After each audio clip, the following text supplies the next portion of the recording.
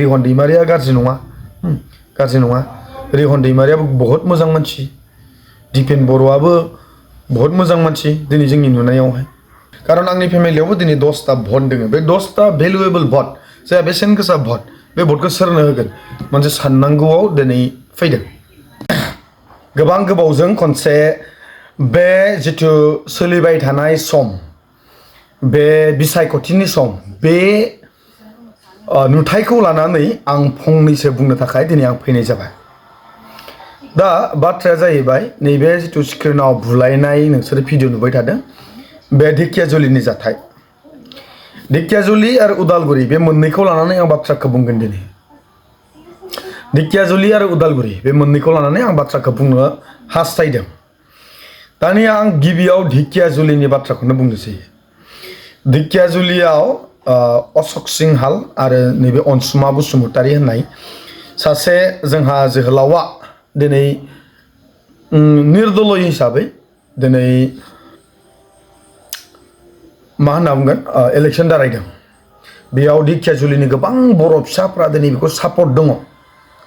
हिन्दु जा ख्रिस्टियान जा दिनै अनसुमा बसुमतारीखौ गावनि हारि होननानै गावनि जाथि होननानै दिनै गोबां मानसिया सापर्ट खालामदों नाथाय बिनि गेजेरावनो दिनै जोंहा माखासे अशोक सिंहालनि खिबु सोलाग्राफोर अशोक सिंहालनि खिबु सोलाग्राफोर जायहा गुबुन जातिनि खिबु सोलायो जोंनि बर'नि गेजेरावनो माखासे दंखायो नालाय बैसोर व्यक्तिफ्रा बर'नि केन्डिडेटखौ लामायाव लोगो हमनाबो दम होदों मिटिं लानायावबो दावराव दावसि खालामहैदों दा बैसोरनो जाहैबाय खिबु सोलाग्रा माने बिसोरनि मेलेमा खिबुआव दा बर'जों बर'सो दिनै बुलाय होजाबाय बर'जों बर'सो बुलाय होजाबाय गुबुन जाथिया फैनानै अशोक सिंहाला गुबुन जातिखौ बेयाव थिनहरनानै बुलाय होआखै दावराव खालामनो थिनाखै बर'खौसो थिनहरदों थाइसे मोनजाब्लानो थाइनै मोनजाब्लानो जोंनि बर'फ्रा गादबनाय गाग्लोबनाय गावनि हारिखौनो गावनि जातिखौनो लागारबो बेबायदि बेवहाय ढेकियाजुलिनि साफ्रोम रायजो राजाया बेखौ साननांगौ जे जोंनो बर' केन्डिडेटखौ नांगौ जाय बर' केन्डिडेटआ जोंखौ नायगोन आं बर' आंखौ नायगोन बेखौसो साफ्रोम ढेकियाजुलिनि भटार्सफोरा साननांगोन बहाबा लामायाव लोगो हमना धमकि होनाय बुनो नागिरनाय बेफोरजों बर'आ जौगायाना बेफोरजों बर'आ जौगाया गुबुन जातिनि सिङाव थानो मोजां मोनो ना गावनि जातिनि सिङाव थानो मोजां मोनो दा गुबुन जातिनि सिङाव थानो मोजां मोननायसो नुजाबाय बेवहाय दिनै रायजो राजाफ्रा बिसोरनि बेबायदि आखल आखुखौ नुनानै दिनै गाग्लिनाय जाबाय बिसोरखौ आरो आं मोजां मोनदों गाग्लिदों मोजां मोनदों कारन दाया रायजो राजानि गैया जायफ्रा मिटिं लानायावहाय बादा खालामहैदों बा दावराव खालामहैदों बिसोरखौ बुनायावल' माथो लस कारन बिसोरो अशोक सिंहालनि खिबु सोलाग्राखा गुबुन जातिनि खिबु सोलाग्राखा बिसोरो बर' जातियाव थानोबो समायखाया दानिया उदालगुरिनि बाथ्रा उदालगुरियाव मा जादों मा जायाखै आंथ' रिपर्ट गैजोबा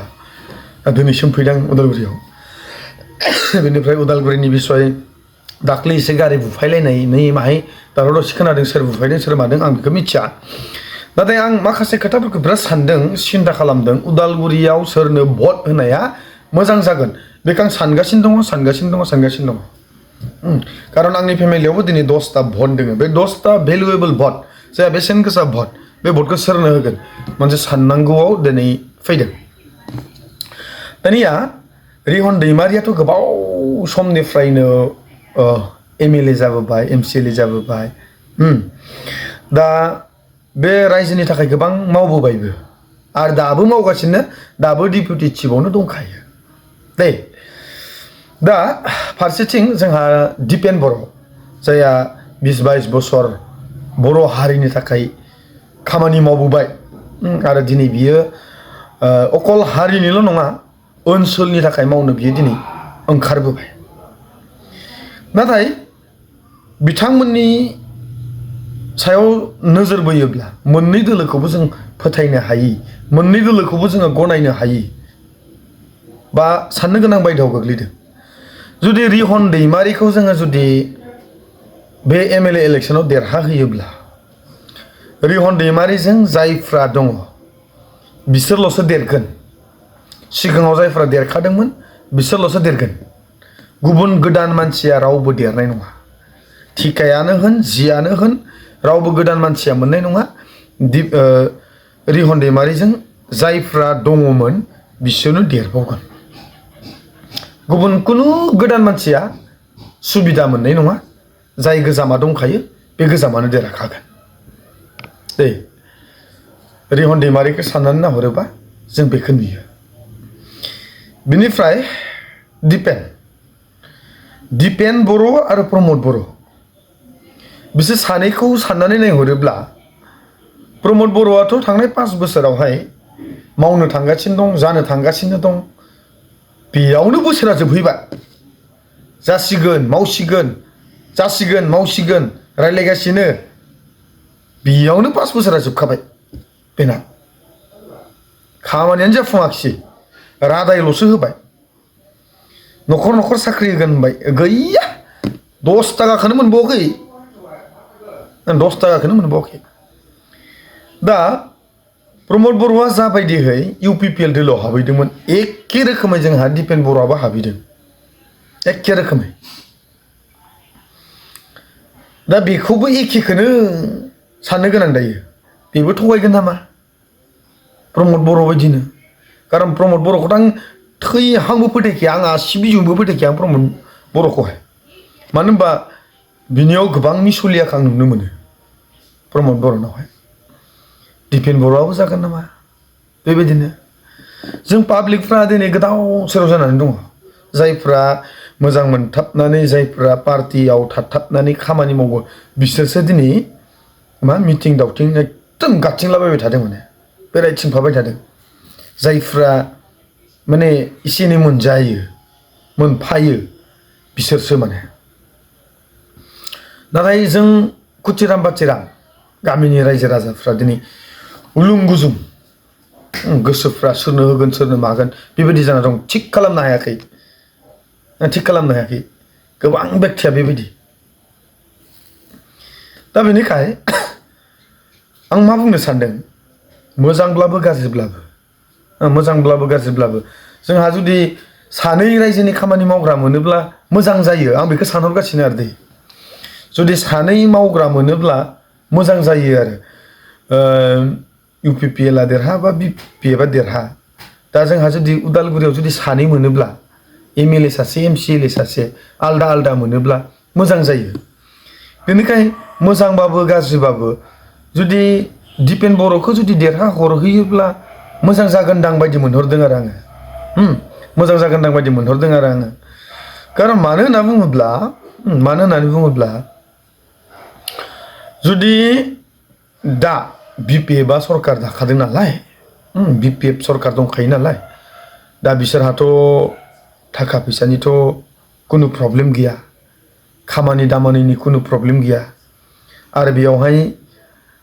जाया पार्टिजों सिथाबना दङ बिसोरनो मोनखायो नालाय जोंथ' मोनखाया जेबो मोननो थाङा जोङो दा बेनिखायनो आं आसा खालामदों आरो दा जुदि दिपेन बर'खौ जोङो देरहाहोयोब्ला सासे MCLA आरो सासे MLA जों मोनगोन आरो सानै मोनगोन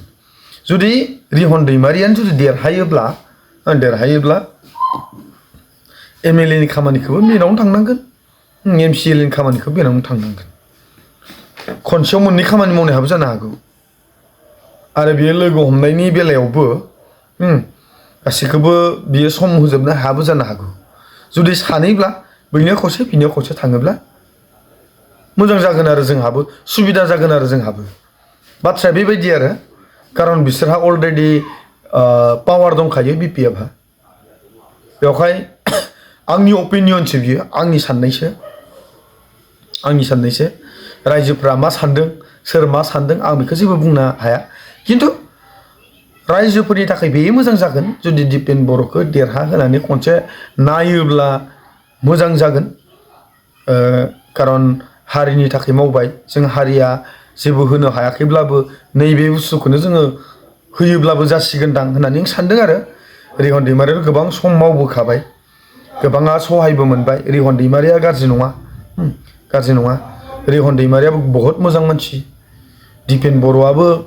बहुत मोजां मानसि दिनै जोंनि नुनायावहाय